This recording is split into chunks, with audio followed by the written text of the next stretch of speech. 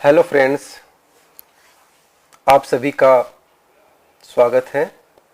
आज हम नगरीय भूगोल के प्रथम चैप्टर नगरीय भूगोल के उद्देश्य एवं क्षेत्र अर्थात AIIMS and scope of urban geography के बारे में चर्चा करेंगे। इस टॉपिक से संबंधित 2 वीडियो बनाए गए हैं। ये इस टॉपिक का सेकंड वीडियो है। फर्स्ट वीडियो में आपने देखा होगा कि किस प्रकार से विश्व में नगरीय भूगोलवेत्ताओं ने नगरों के बारे में और नगरीय प्रारूप के बारे में अपनी अपनी बात कही थी। सबसे पहले हम देखते हैं कि नगरीय भूगोल का अर्थ क्या है। Meaning of urban geography. नगरीय भूगोल अंग्रेजी के अर्बन ज्योग्राफी शब्द का हिंदी रूपांतर, यानी कि अंग्रेजी में अर्बन ज्योग्राफी और हिंदी में हुआ इसका अर्थ नगरीय भूगोल।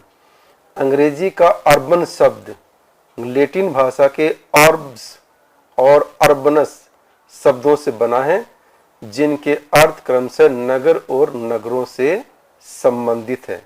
यानी कि एक लाइन में अगर हम कहें, इसका अर्थ ये हुआ कि नगरीय भूगोल में जो भी हम अध्ययन करते हैं वो नगर और नगरों से संबंधित जो भी विभिन्न पहलू हैं उन सब का अध्ययन नगरीय भूगोल में किया जाता है।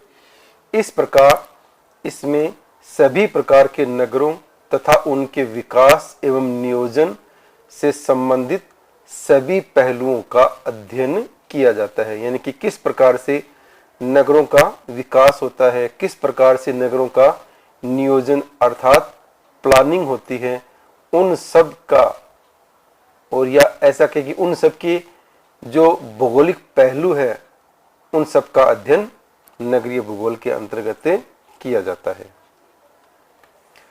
अब हम देखते हैं नगरीय भूगोल की परिभाषा। अलग अलग विद्वानों ने अपने अपने अनुसार अलग अलग परिभाषाएं दी हैं। सबसे पहले हम देखते हैं पीटर सोलर के अनुसार नगरीय भूगोल अनुसंधान प्रमुख रूप से नगर व नगर के भीतर व नगरों के बीच पाई जाने वाली क्षेत्रीय विभिन्नताओं से संबंध रखता है।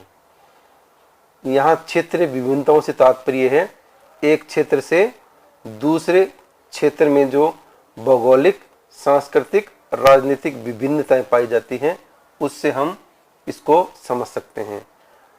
आगे इन्होंने कहा है यह नगरीय व अनगरीय क्षेत्रों के बीच के संबंधों का अध्ययन करता है। यानी कि इसमें नगर और ग्रामीण क्षेत्रों के बीच किस प्रकार का संबंध होता है, इसका अध्ययन भी इसके अंतर्गत किया जाता है तथा नगर के विकास और परिवर्तनों की शक्तियों पर ध्यान देता है जो नगरीय भूदृश्य को रूप प्रदान करती है। यानी कि इसमें इस बात का अध्ययन भी किया जाता है कि नगर के विकास में किस प्रकार की शक्तियों ने अपना कार्य किया, जिसकी वजह से उस नगर को एक छोटे या बड़े नगर के रूप में मान्यता मिली। इसी प्रकार एच.एम. मेयर के अनुसार नगरीय भूगोल का मुख्य विषय प्रारूपों अर्थात पैटर्न्स तथा संबंधों अर्थात रिलेशनशिप्स की व्याख्या है, जो एक ओर नगरीय क्षेत्र में विद्यमान होने तथा दूसरी ओर नगरीय एवं अनगरीय के बीच स्थित होते हैं। यानी कि इसमें मेयर महोदय ने बताया कि उन सब तथ्यों का अध्ययन किया जाता है जिसमें नगर के अंदर और नगर और दूसरे नगरीय और अनगरीय क्षेत्रों के बीच में क्या प्रारूप होते हैं और किस प्रकार के संबंध होते हैं। इसी प्रकार आर.ई. डिकिंसन के अनुसार नगरों की इमारतों व सड़कों का विकसित रूप नगर की भौतिक संरचना का परिचय देते हैं। यानी कि हम नगर की बड़ी बड़ी इमारतों को देखने से यह अनुमान लगा लेते हैं या हमें इस बात का आभास हो जाता है कि ये कोई छोटा या बड़ा कस्बा, नगर या महानगर है। नगर की सामाजिक तथा आर्थिक विशेषताएं एवं प्रथाएं नगर की प्रक्रिया के बारे में बताती हैं। यानी कि उस नगर में किस प्रकार की सामाजिक और आर्थिक विशेषताएं या गतिविधियां संचालित है, ये उसकी प्रक्रिया के बारे में बताती हैं। नगरों की इमारतों व सड़कों का विकसित रूप नगर की भौतिक संरचना को निर्धारित करते हैं। नगर का ऐतिहासिक विकास उसकी अवस्था का परिचायक है, यानी कि नगर की बसावट कब हुई और बसावट होने के पश्चात में उसका ऐतिहासिक विकास किन किन अवस्थाओं से होकर गुजरा, इसका भी नगरीय भूगोल में अध्ययन किया जाता है। इस प्रकार नगर में संरचना, स्ट्रक्चर, प्रक्रिया, प्रोसेस तथा अवस्था को शामिल किया जाता है। इसी प्रकार आर.ई. मर्फी के अनुसार नगरीय भूगोल का संबंध नगरीय विकास के स्थानिक पहलुओं से है। इसमें अनगरीय क्षेत्रों को भी शामिल कर लिया जाता है, क्योंकि उसका संबंध नगरों से है। इसका संबंध नगरीय केंद्रों से संबद्ध क्षेत्रीय प्रतिरूपों को निर्धारित करने तथा इन व्यवस्थाओं की व्याख्या करने से है। इसी प्रकार डडले स्टम्प के अनुसार नगरीय भूगोल वस्तुतः नगरों और उनके विकास के समस्त भौगोलिक पहलुओं का अध्ययन है। E.M. नॉर्थम ने नगरीय भूगोल की परिभाषा को थोड़ा सा और अधिक विस्तार से समझाने का प्रयास किया है। नॉर्थम के अनुसार नगरीय भूगोल में स्थल और मानव के मध्य न्यूनतम 4 प्रकार के संबंध पाए जाते हैं। पहला उन्होंने बताया स्थल और मानव के बीच का संबंध, यानी कि जहां मनुष्य रहता है उसका स्थल से किस प्रकार का संबंध है। स्थल और स्थल के मध्य संबंध, इसको हम ऐसा कह सकते हैं कि एक स्थल से दूसरे स्थल के मध्य किस प्रकार का संबंध देखने को मिलता है। तीसरा इन्होंने बताया स्थल तथा बहुत से स्थलों के बीच, यानी कि एक स्थल का बहुत सारे स्थलों के बीच संबंध हो सकता है। इसको हम ऐसा भी कह सकते हैं कि एक नगर का बहुत सारे नगरों के बीच भी संबंध हो सकता है।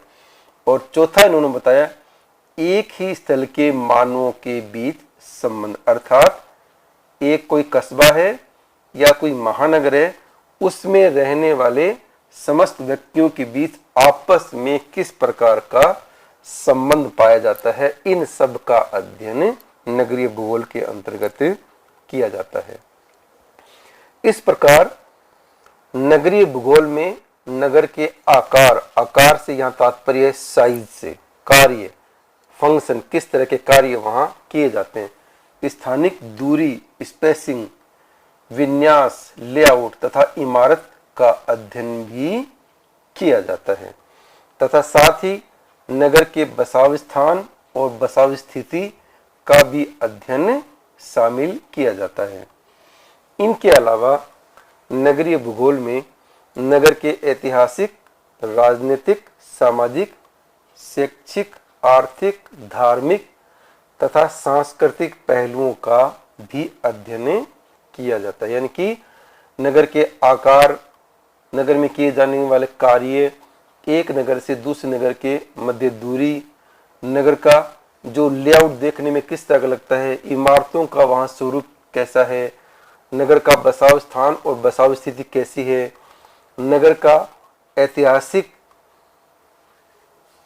पहलू किस प्रकार का रहा है, नगर में राजनीतिक व्यवस्था किस प्रकार की है, सामाजिक, शैक्षिक, आर्थिक व्यवस्थाएं किस प्रकार की है, कौन कौन सी आर्थिक गतिविधियां नगर के अंतर्गत संचालित की जा रही हैं, कौन किस तरह के धार्मिक और सांस्कृतिक पहलू है नगर में, इन सब का अध्ययन भी नगरीय भूगोल के अंतर्गत किया जाता है। अब हम देखते हैं नगरीय भूगोल की विषय वस्तु और क्षेत्र के बारे में, सब्जेक्ट मैटर एंड स्कोप।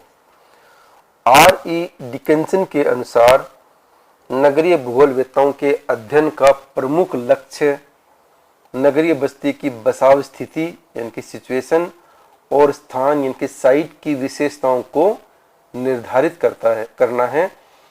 वह उसका ऐतिहासिक विकास तथा उसके प्रभाव की सीमा पर भी प्रकाश डालता है। यानी कि विषय वस्तु और अगर क्षेत्र की बात करें तो नगरीय बस्ती की बसाव स्थिति और साइट जो है उनका अध्ययन नगरीय भूगोल में तो किया ही जाता है, साथ साथ में उसका तो ऐतिहासिक डेवलपमेंट है उसका अध्ययन भी इसके अंतर्गत किया जाता है। डिकिंसन ने नगरीय बस्ती के अध्ययन को 4 भागों में विभाजित किया है। पहला, बसाव स्थान, बसाव स्थिति, स्थिति एवं नाभीयता। दूसरा है ऐतिहासिक विकास, हिस्टोरिकल डेवलपमेंट। तीसरा है संरचना या स्ट्रक्चर, और चौथा है नगरीय बस्ती की सीमाएं, लिमिट्स ऑफ अर्बन सेटलमेंट। यहां हम इन चारों डायग्राम से ये समझने का प्रयास करेंगे कि साइट जो है कौन सी है, सिचुएशन कौन सी है। पहले डायग्राम में आप देखिए साइट को दिखलाया गया है और इधर सिचुएशन को दिखलाया गया है। सिचुएशन का मतलब इसके चारों ओर का क्षेत्र, और लेआउट से मतलब है यहाँ पर दूसरे इस फोटो में आप देख सकते हैं कि नगर देखने में किस प्रकार का लगता है, और स्पेसिंग से यहाँ तात्पर्य है एक नगर से दूसरे नगर के बीच में कितनी दूरी है, कितनी दूरी के मध्य वो स्थित है। और बिल्डिंग्स जो नगरों में, महानगरों में बहुमंजिला इमारतें दिखाई देती है उनसे हमारा तात्पर्य है। इसी प्रकार से लोकेशन से तात्पर्य है कि वो कोई कस्बा या कस्बे के अंदर पर्टिकुलर कोई बिल्डिंग किस जगह पर स्थित है, उससे हमारा यहाँ पर लोकेशन से तात्पर्य है। और नोडलिटी से मतलब है कि वो जो कस्बा है वो उसका नोडल स्वरूप किस प्रकार का है। इस डायग्राम के माध्यम से आप इसको समझ सकते हैं। इसी प्रकार से एच कार्टर ने अपनी पुस्तक the study of urban geography में नगरीय भूगोल के विषय क्षेत्र को 2 वर्गों में रखा है। पहला है नगरों का आकार व स्थानिक दूरी। यानी कि एच कार्टर ने कहा कि नगरीय भूगोल के विषय क्षेत्र में 2 बातें महत्वपूर्ण होनी चाहिए। एक तो नगरों का आकार किस प्रकार का, छोटा है या बड़ा है। दूसरा स्थानिक दूरी से तात्पर्य है एक नगर से दूसरे नगर के मध्य कितनी दूरी है। और दूसरा इन्होंने बताया नगरों की संरचना या आकारिकी अथवा भीतरी बनावट, यानी कि नगर की अंदर की जो भीतरी बनावट है किस प्रकार की, उसमें रोड्स है, किस प्रकार की बिल्डिंग्स है, रोड की चौड़ाई कितनी है, नगर वेल प्लान्ड बसा हुआ है या अनप्लान्ड बसा हुआ है। इसको अंग्रेजी में मॉर्फोलॉजी के नाम से जानते हैं। इसका अध्ययन भी नगरीय भूगोल में किया जाता है।